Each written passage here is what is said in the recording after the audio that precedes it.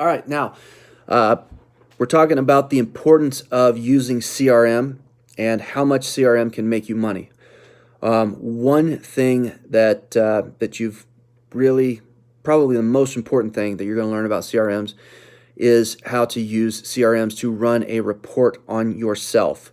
So uh, when we're dealing with Job Nimbus comes in two flavors. First is the app, which the app should be downloaded on your phone. The app is great for putting information in while you're in the field. So you're standing right there with the homeowner. You put their name, email, all that information in there.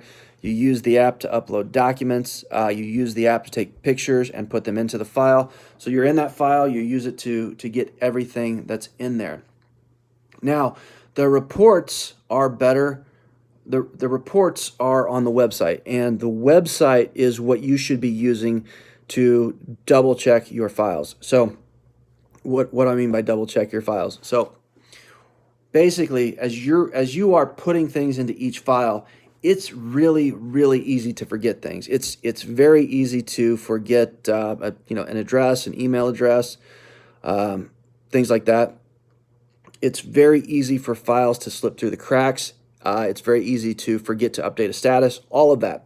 It's very easy. So reports allow you to look at all of your files basically all of your files are in one area. So you've got all of your files arranged by status. So everything that's in lead status in one section, you can see which information you've got, where they are, what city they're in, all of that.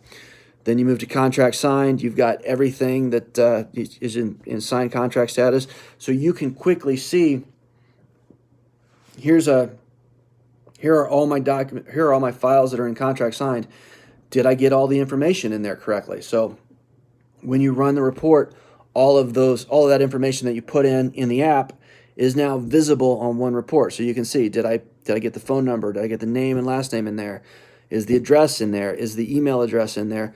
Is there anything that I need to go back and fill in while this is fresh in my mind and here and available? Now, this probably doesn't seem that important to you today, okay?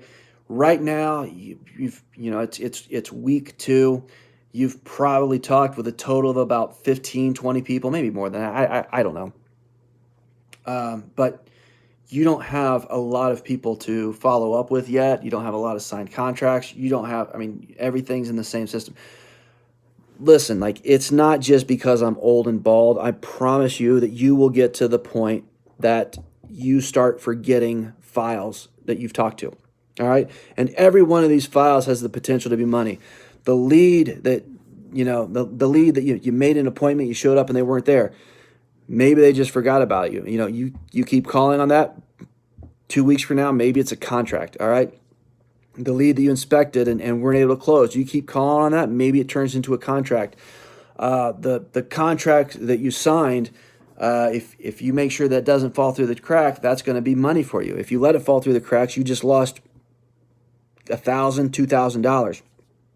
So guys, I cannot emphasize enough the importance of understanding how to run a report. Because if you're running reports on yourself, the information that's in your files is going to be better, cleaner, tighter, and it's going to be smoother for you to move forward. You're not going to have things fall through the cracks. I mean, if I had a stack of $800 sitting here, you'd probably, this is your money. You'd probably protect it and make sure you didn't want to lose it. Well, that's exactly what's in your files, and your reports allow you to make sure that they are not falling through the cracks. So make sure that you understand how to run a report on yourself, and you're going to need to start looking at reports sooner than you think, because there's going to be things that start falling through the cracks. So what you need to do when you run a report is every morning you get up and you look at a report on yourself. So this is going to be all the files that you have. And so what I want you to do is, first off, you run the report on yourself and you go through and you make sure that every file is in the correct status. Now, it may not seem like, statuses probably don't seem like that big of a deal to you right now. And when you have 15 15 files, they're not that big of a deal. You're right. You probably remember most of the people you talked to last week. 3 or 4 weeks from now, that's not going to be the case, okay? Go through, make sure that everything's in the correct status. Once everything is in the correct status, it's very easy to make sure that you have the correct information in for everything. So basically, it's going to show you are your practices, are you doing the right practices in the field? Are you doing a good job of getting information? So everything that's in contract signed, you should have the same. You should have the same information. So so the way that the report works is everything that's in one status should be sorted together. So everything that's in contract signed is together. So you look at that, and real quick you see, all right, I've got the name, last name, address, email address, phone number, insurance company, and claim number. I've got everything that I need for a signed contract. Now, if anything's missing, that means there's a problem. I need to get in that file. I need to fill that out and fix it, okay? So it's very easy for you to identify things that are missing, all right? The other thing is I'm sorry. The other thing is it will show the number of days in status. You basically shouldn't let anything sit for more than 3 days without moving something forward. So, like adjuster meeting set, you'll have a date, and once that's set, you don't need to worry about it. And scheduled roofs, you'll have a date. Once that's set, you don't really need to worry about it. But everything else should be moving forward within about 3 days or less. So once you sign a contract, if it's set for more than 3 days, you need to find out why. Get that adjuster meeting set. If a roof's bought and you don't have a loss sheet, you should know when the adjuster is going to send that to you. If it's been sitting longer than it should, you need to call and find out where that loss sheet is. So make sure that you start using reports now. Use them to make sure that your files are tight, because trust me, it's a lot easier to keep your files tight as you do it than it is to go back and fix 50 all at once. So keep your files tight, keep them clean, keep them looking good. It's going to, I'm a salesperson at heart. I'm here as a salesperson. I don't like admin. I hate admin. I'm ADD. I don't like it. I don't like file management. I don't enjoy it. All right. I nearly got myself fired 6 months into my career in the roofing industry because I did file management wrong. I'm telling you to do this as someone who hated all of these things. I had to be dragged kicking and screaming into good file management. And I'm telling you, good file management will make you more money. The other thing is, a team of salespeople with good file management will run smoother. Everything, production will run better.